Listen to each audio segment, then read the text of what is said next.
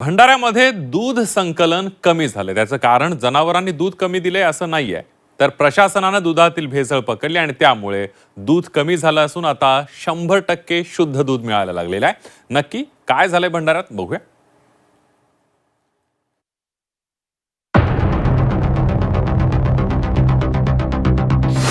भंडाऱ्यात दूध संकलनात तब्बल 16,000 लिटरची घट। तुकाराम मुंढेंच्या कारवाईमुळे दुधातील भेसळ बंद।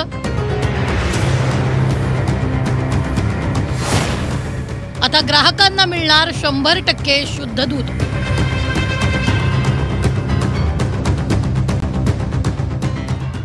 भंडारा जिल्ह्यात जून महिन्यात 2,24,000 लिटर दूध गोळा झालं।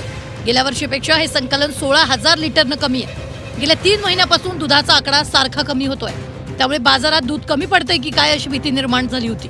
पण या घटीमागचं खरं कारण आता समोर आलंय। एकतर कडक उन्हामुळे जनावरांचं दूध नैसर्गिकरित्या थोडं कमी झालं, पण दुसरं मोठं कारण म्हणजे प्रशासनानं भेसळखोरांवर केलेली कडक कारवाई। आतापर्यंत दुधाचे कॅन्स भरण्यासाठी जी पाण्याची किंवा इतर पदार्थांची भेसळ केली जायची ती आता कडक तपासणीमुळे बंद झाली आहे।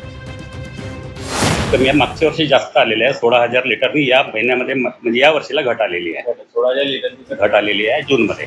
तुकाराम मुंढे यांनी अन्न औषध प्रशासनाचा कारभार सांभाळताच भेसळखोरांचे चांगलेच धाबे दणाणले।